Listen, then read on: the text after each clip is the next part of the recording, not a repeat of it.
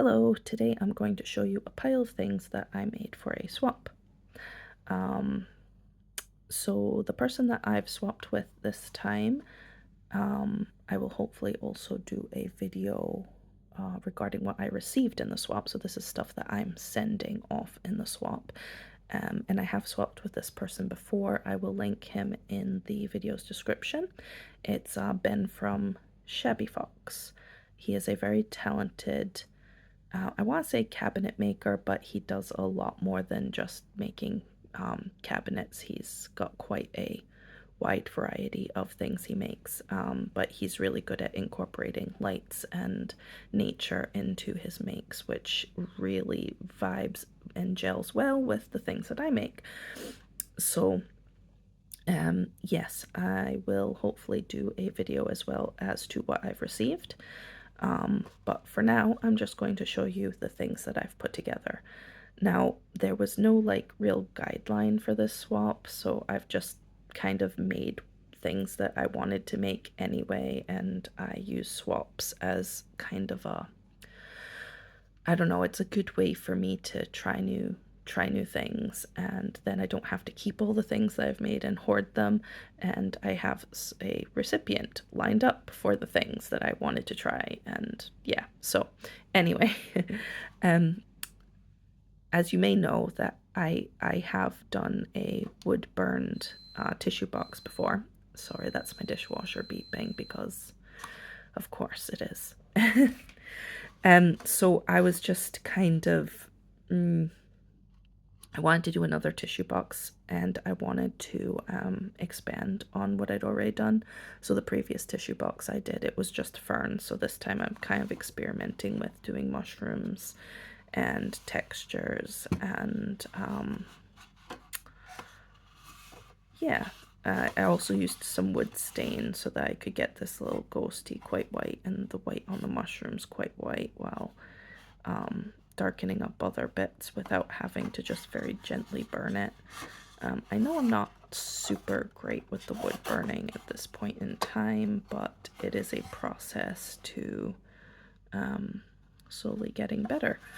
So inside there's also a little grave with a ghosty in it. So yeah, I did a tissue box for the first thing, and it was better than I expected. I may do more in the future, I don't know, but this is thing number one. I'm just grabbing random things, so there's no like planned order here. The second thing I made was a book because of course I make books. The last time I traded with Ben, I made him a really large book. And it was for his sketches and plans for his makes. So like I had kind of a guideline there as to what I wanted to accomplish. And something I'll say as well is in my art, especially recently, I've been really focused on like functional art, and that's where the tissue box comes in, and you'll see some other things that I've made functional. This is of course a journal, which is functional as a journal, and it's art. It's lots of different textures, lots of different techniques all combined into one little book, but it is quite a small one. What's this, like A7, I think is what it is. Anyway, you can see there's lots of crocheted elements. This is a bit of yarrow that I had dried from my garden that I made into a little pendant. So that's like a real specimen. That was a wee experiment. I think I'd like to do more things like that. I'd intended to grab a bunch of forget-me-nots over the summer, but of course I forgot. Yeah, so there's tassels here, and you've probably seen these on some of my other art thingies. And there is a worry stone inside, a quartz worry stone.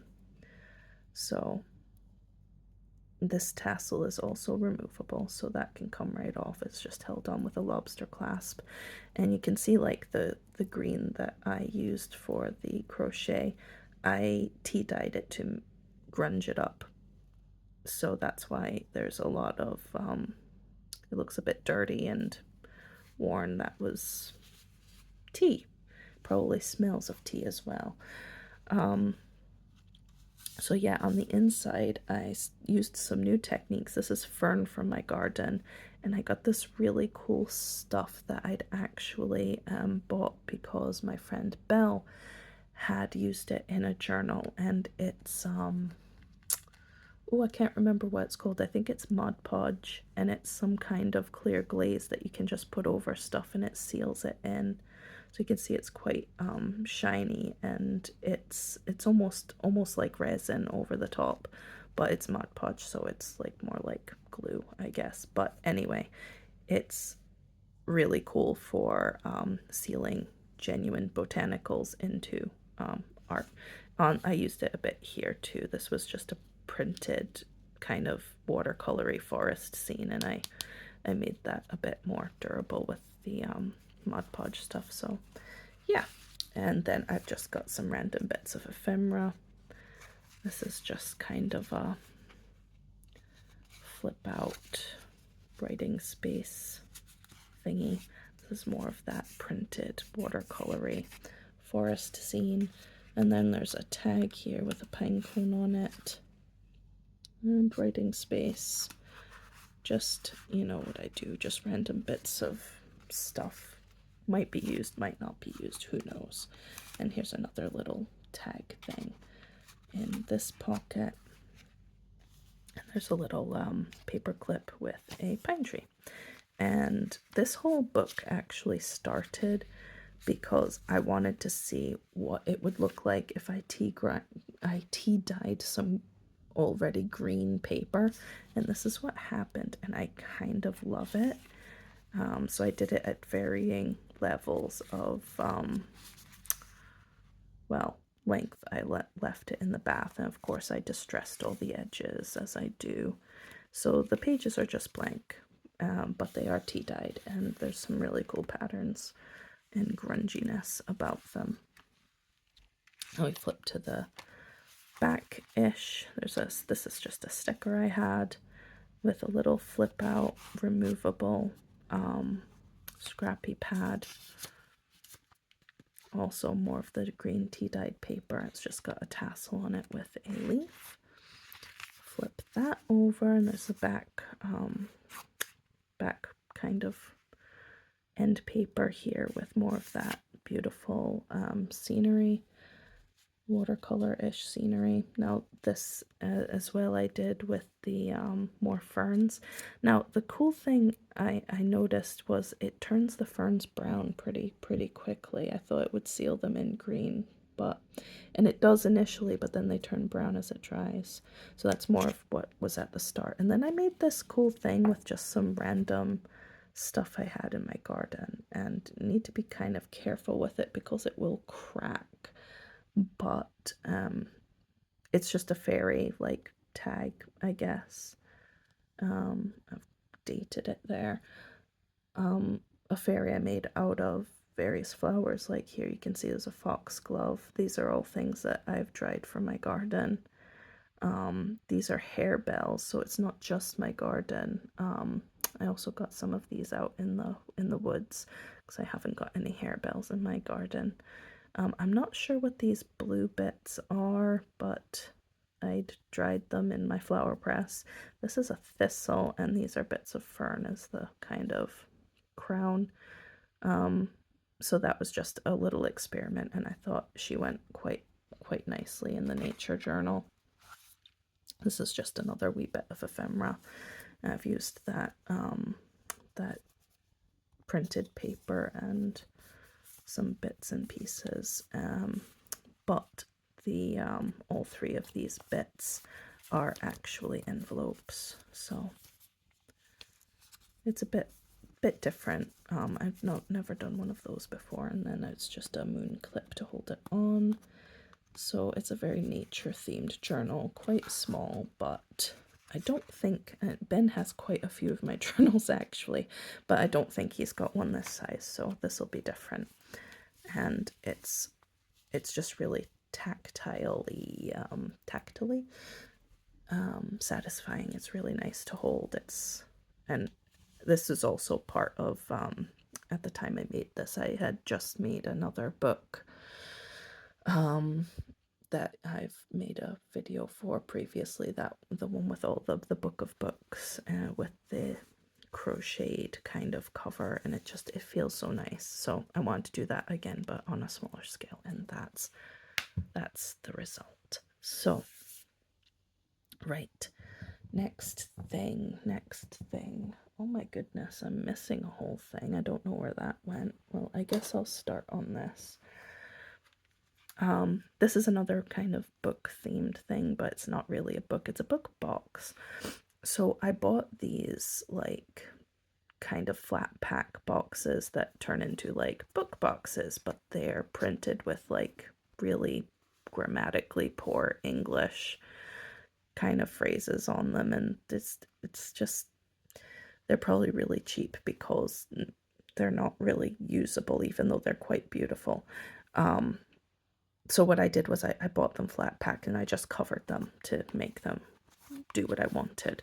So yes, I've used photos that I took from the woods in my local area. This is, behind it is some beautiful handmade paper that was actually gifted to me by my lovely cousin in Montana. But it's really soft, very cottony. And this is a photo of one of my girls in a sheet ghost costume that I made. So yeah, if you want to see more of those pictures, they're all on Instagram. That was a really fun photo shoot. We got a great day for it. So yeah, the box itself is to look like a wee book, and I've just tied it with a bit of muslin. So you open it up, and there's more pictures inside because I didn't want to just leave it blank. And I made an insert here with some foam, and inside are these little, so these are real walnuts that I've made little sculptures inside with polymer clay, and then I've embellished with like kind of model basing fluff, and there's quartz crystals in here too, if you can kind of see that. So two of these hang, and they've got chains. I don't want to pull them out because they're quite well nestled in here, and two of them have like a stand, so they just sit on a shelf. And I use these tiny little frames as well that are like for nail art. And I made like little portraits of spirits. So there's ghosts, and there's a little snail, and that's with a real shell, but a sculpted snail. So that's what's inside the box with the haunted forest. So that's the third thing that I made for this trade. Something I should also mention is, I know I do a lot of things with ghosties, but so does Ben. So it's it's kind of a running theme, but it's for a reason. Yeah, so next thing, I will move on to this. So you saw possibly that in a previous video, and I've posted a lot in Instagram, I've been making these crochet impkins, and this is one that I made for this trade because I was just enjoying making impkins. So this is just a little guy with a mushroom hat I've beaded for the spots. I gave him little ears. He's actually got little earrings on there too. I pierced him. And then I made him a little cape because he looked cold. And like there's this little join on the cape with a little brassy acorn. But I've also stitched some chain along the bottom of the cape and some beads. So I also put beads like in his feet instead of just stuffing because I was hopeful that it would help him to sit up, and he does sit up, but he does also want to lean back, so there's that. He also has a couple of tiny accessories because I couldn't stop myself. And he's got a little spell book with a little fox inside for reasons. And just some little stickers on the pages in little metal corners. And there is this is, again, I use trades to kind of experiment, just to see if things are possible, and apparently it is possible to crochet a little cover for a little tiny bottle, and it's filled with amethyst, tiny tumbled amethyst crystals. So yeah, I crocheted a bottle, I guess, and I made a little book and a little guy. And I know you may be asking yourself, what does a grown man want with a crochet doll? And I'm pretty sure that he's gonna love it, so it's all good. It's decorative and wizardy and elfish. So yeah, what's the next thing? I'll grab this. So again, we're on the theme of functional art. So this is an idea I had for a pencil holder or a pen holder. So yeah, I sculpted a little ghosty. You can see there's crystals and modeling turf and stuff. Lots of different textures, little tufts of grass and things. Sculpted mushrooms. And this is the pen that I designed to go with it. Now this pencil, after I made it, it went missing for like 2 months, and I'm so glad I found it because it's the only one I had an amethyst for. And that was important because it went with the theme. It also fits perfectly in its little holder. So not only is it a pencil holder, but the pencil also looks like a wand with gemstones, and it's a special kind of pencil.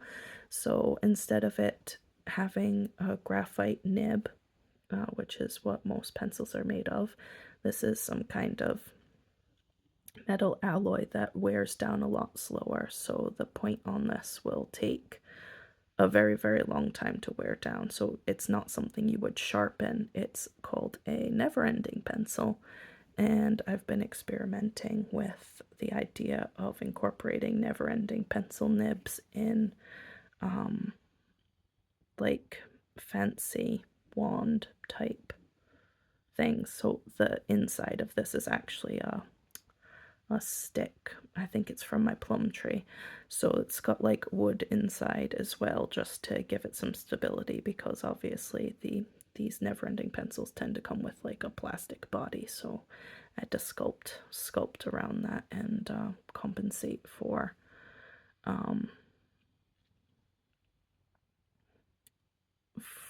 kind of replacing the materials to make it able to be baked, because polymer clay. So yeah, this is another functional art thing. Little wand holder pencil kajigger. And now let's see. That's the original set of stuff that I made. But there's one more thing that I decided to add to this trade, which is another functional art thing, and something that I wanted to see if it was possible. So what I did was I got a flask, a stainless steel flask, 3-ounce flask. You can see my fingerprints all over it. And I etched it. So previously I did a lot of etching on aluminium, which is quite soft. So I was wondering if stainless steel would work. And it does. It's a much shallower etch, but it's really interesting, just like sketching on metal. It's really cool, and I can't really get it through on the camera, but if you're holding it and just kind of looking at all the different facets of the etching, it's quite visually pleasing and almost three-dimensional. So there's lots of tiny details in there. So yeah, it's a flask. So that's just part of my functional art kind of obsession. And I've just got myself like 9 more flasks because this was a success. So this is the first one I've ever done. And it does have a little scratch. It came like that, but I thought, you know what? It's got some personality to it. It's got some personality to it. I will be doing some more of these for sure because I enjoyed doing it and I just love the way it comes out. Don't know what the heck I'm going to do with them after the fact because that's part of my artistic curse. I just want to do things and then I do, and then it's like, and then what? Well, I don't know is the answer. I don't know what comes next. So yes, this is, ta-da, the trade. And now I'm going to package it all, and once I can post it off to Ben and he has received it, I will be able to post this video. And hopefully around about the same time, I will also have a video revealing what I received in the trade, which will be most good. So, that's all I've got for now, and I will catch you later.